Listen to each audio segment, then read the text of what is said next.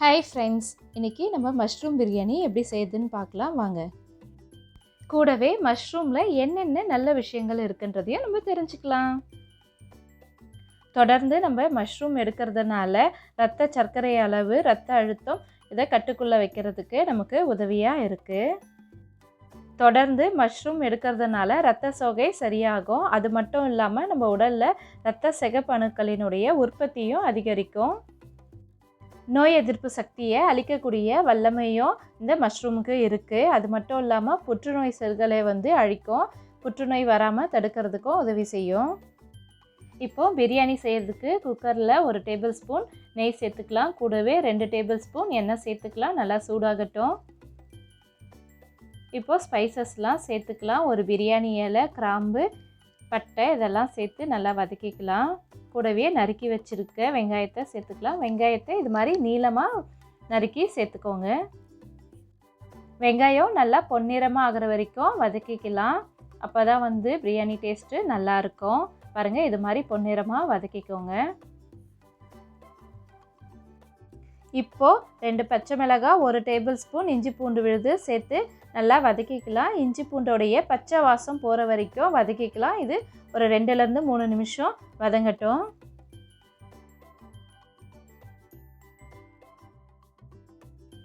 இப்போது நல்லா வதங்கிடுச்சு, பச்சை வாசமும் போயிடுச்சு.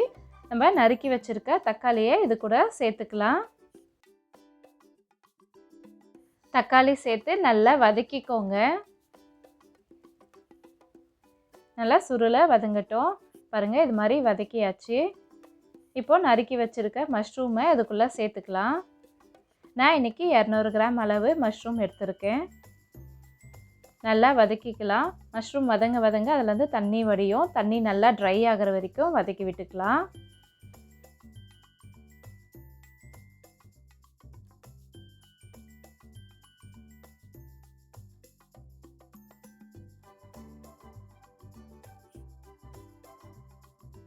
மஷ்ரூம் நல்லா வதங்கிடுச்சு.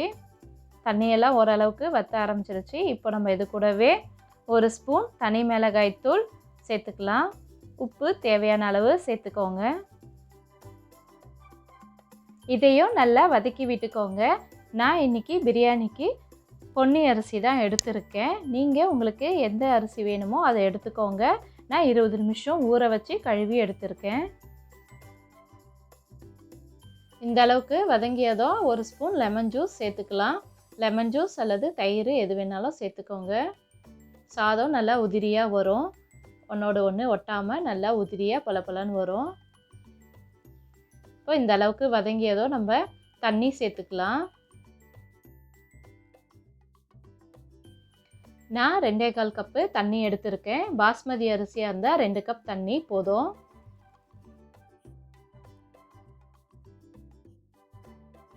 எல்லாத்தையும் ஒரு டைம் நல்லா கலந்து விட்டுருங்க. கழுவி வச்சுருக்க அரிசியை இதில் சேர்த்துக்கலாம். நான் இன்றைக்கி 1 கப் அரிசி தான் எடுத்திருக்கேன். உப்பு காரம் கம்மியாக இருக்கான்னு செக் பண்ணிவிட்டு சேர்த்துக்கோங்க. கடைசியாக எனக்கு உப்பு கம்மியாக இருந்தது, அதனால் நான் சேர்த்துக்கிட்டேன்.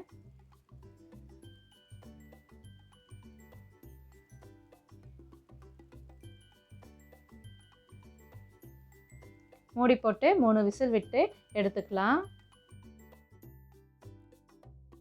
இப்போது ப்ரெஷர் அடங்கிடுச்சு. ஓப்பன் பண்ணி பார்க்கலாம். பாருங்கள், பிரியாணி சூப்பராக வந்திருக்கு. இப்போ 1 ஸ்பூன் நெய் சேர்த்து கலந்து விட்டுக்கலாம்.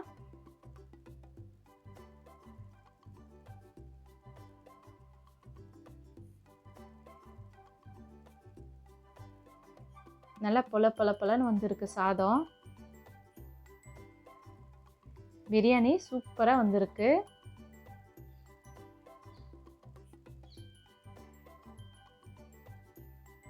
நீங்கள் ரைத்தா இல்லை கத்திரிக்காய் குழம்பு இதோட வச்சு சாப்பிட்டாலும் சூப்பராக இருக்கும். நீங்களும் உங்கள் வீட்டில் ட்ரை பண்ணி பாருங்கள். இந்த வீடியோ உங்களுக்கு பிடிச்சிருந்தா லைக் பண்ணுங்கள், கமெண்ட் பண்ணுங்கள், ஷேர் பண்ணுங்கள், மறக்காமல் சப்ஸ்கிரைப் பண்ணுங்கள். தேங்க்யூ. By by. நெக்ஸ்ட் வீடியோவில் பார்க்கலாம்.